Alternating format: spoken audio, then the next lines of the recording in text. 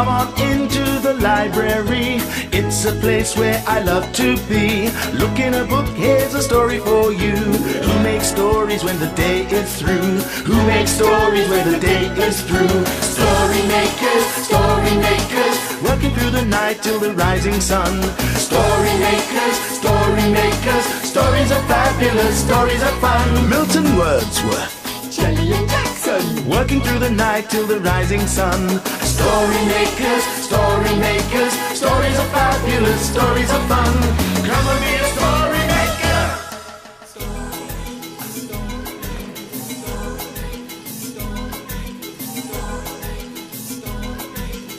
Story makers.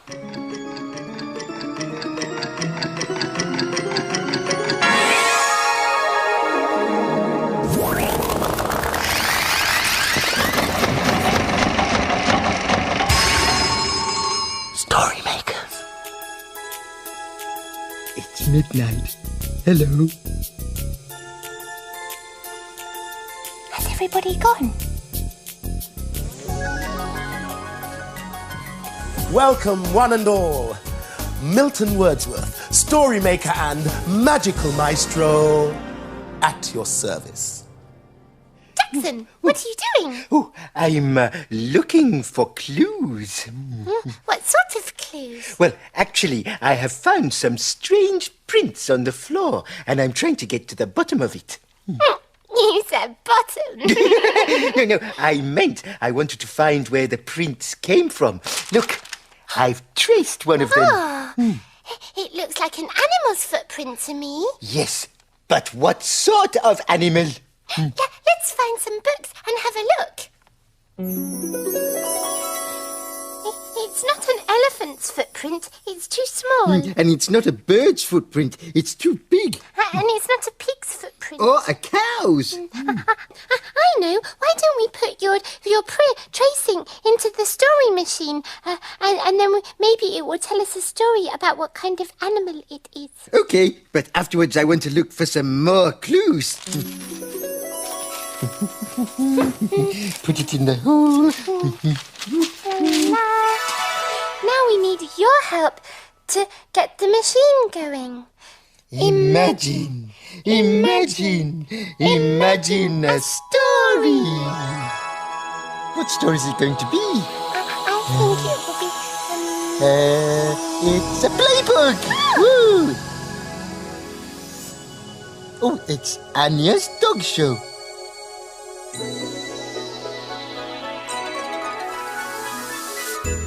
Hello everyone. Hello. Welcome to Ania and Laura's dog show. All the dogs lined up. That's good, well done. Stop snapping, Fetch. Stop sniffing, Tom. It's great to see so many of you. Would you like to show us what you can do? Roll over, Rufus. That's a good dog. You've earned yourself a doggy choc. Wake up, Duchess. There's no time for sleeping. Spotty, what is that you're eating? Drop, you slobbery mutt. That's a clever pup. Oh dear, your lead is tangled up. Lie down, Luke. That's good, now stay. Oh no, he's running away. Hey, can you smell something fishy? That's a funny-looking dog. No, it's not. It's a kitty. Tom, stop sniffing Fetch's bottom like that. And Fetch, there's no need to snarl, old chap. Come on, everyone. It's rosette time. So come on, doggies, stand in line.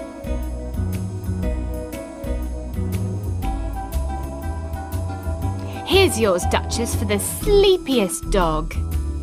And yours, Diamond, for tying the best knots. Tom's is for the dog with the sniffiest nose. And Kitty's is for the sneakiest cat, I suppose. Rufus has his rosette for rolling over. A green one for Fetch's growl, and one for Spotty for being a good old pal. Luke has one for his very fast run. But hold on, I think we've forgotten someone. Here's one for Laura for being such a help. And one for Ania for being so sweet. That's it, folks. The end of the show. The dogs have worked very hard, as you know. Oh, so it was a paw print from a dog. It must have come into the library with one of the children. I heard you were searching, and look what I found. From the looks of this bone, your print was a hound. No. It was a dog. Dog, hound, it's all the same thing. Milton, why are you dressed as a detective? Ah, yes, I'm glad you noticed. I thought I'd better look the part. Swell, huh? Milton, can we use the bone to make a story, please? Sumptuous idea, my little sunbeam. Okay, let's use our imaginations. You too. Imagine a story.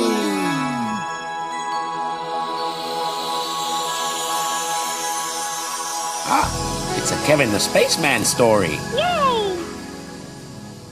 It's called Woof.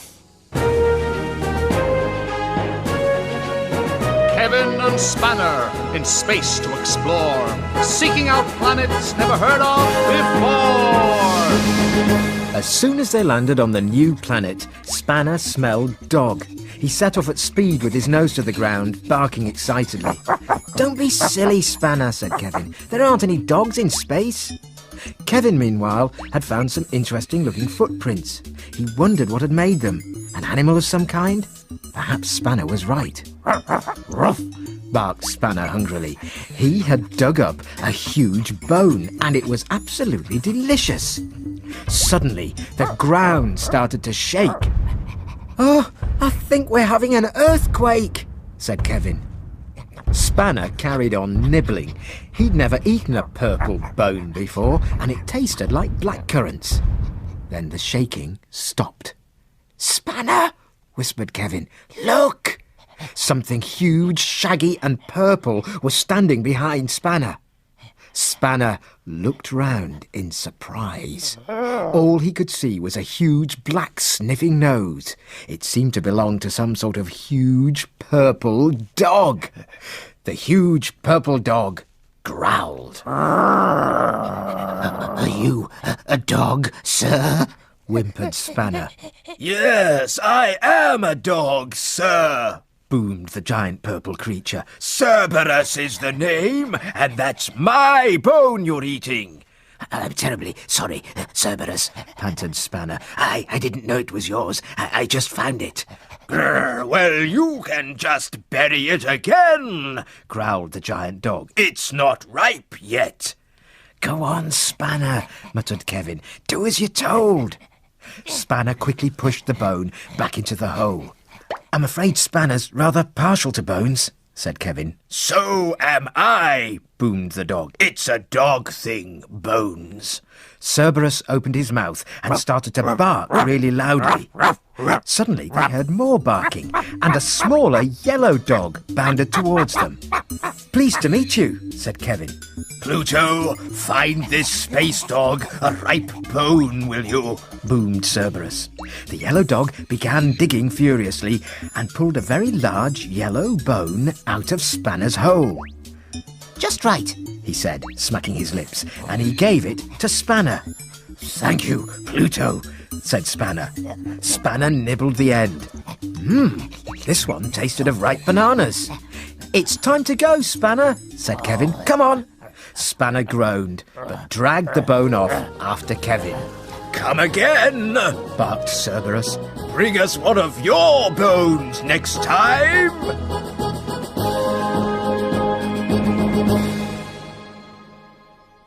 Those doggies were strange colours, weren't they? Indeed they were. Now, what else can we look for? I'm rather enjoying this detective outfit. Well, we found doggy paw prints and a bone. I'd say we have all the evidence we need to prove that a dog was in here. Why don't you put your magnifying glass in the story machine?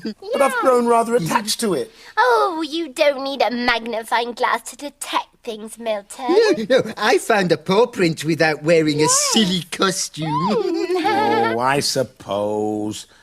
Okay, then. Right, in it goes. Now, all we need is our special ingredient. Yes, imagination. Ready?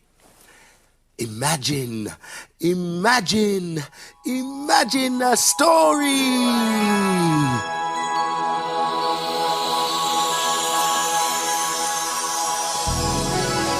It's a blue cow story.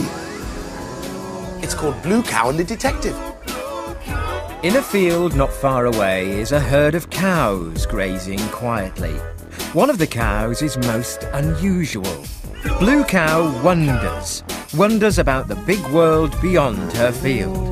One day, Blue Cow was looking at the leaves on the trees. I wonder what happens to the leaves when they fall off the trees. She's off again, said the other cows. So Blue Cow caught the bus that stops beside her field. I'd like a return ticket to a place where all the leaves go to, please. There you are, madam. Hold very tight. And they set off for a forest.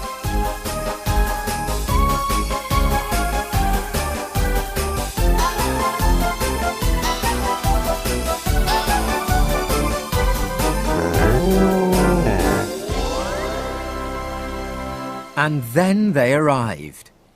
When Blue Cow got off the bus, she could hardly believe her eyes. In front of her, there was a fox wearing a raincoat, dark glasses, and a trilby hat. Shh, you ain't seen me, right? He said as he darted behind a tree. Yes, I have. I'm Blue Cow. What are you doing? I'm Fox Muddler, the great detective. Now that you've seen me, you might as well join me. I'm on the trail of missing leaves. Rustle, rustle, went a bush. Quick, hide, said Fox. A squirrel wearing pink pyjamas hopped past holding a leaf in its mouth. Rustle, rustle. A tortoise ambled by. He too had a leaf, and he was wearing a nightcap. Wait! Here's a clue, said Blue Cow. She picked up a leaf, and it had something written on it. It said, "You are invited to Billy Badger's pyjama party." Blue Cow peeped out from behind the tree. A mouse wearing pyjamas sped by. Follow that mouse, said Blue Cow, and they ran after the mouse. Suddenly, they were in a clearing. There were lots of other animals wearing their pyjamas too, all putting thousands of leaves in a big pile. Hello, I'm Billy. Have you come to sleep too? Said Billy the Badger. Why? Asked Blue Cow. We sleep through the winter and use the leaves to make our beds. We call it hibernation, said Billy. Oh, no, thank you. We just wanted to know where all the leaves had gone, said Blue Cow. Thanks for helping me solve the mystery, Blue Cow, said Fox. Good night, Billy. See you next spring. Case solved. What a clever cow helping out like that. Yeah, so all the animals were going to sleep. Do dogs hibernate? No, they don't need to. Dogs are always asleep anyway. Well, it's time for us to hibernate. The children will be here soon to read our stories. Oh, yes. The dawn is upon us. The morning is nigh. We've made our stories, and we bid you goodbye. Thanks for helping. Bye, story makers. See you again soon.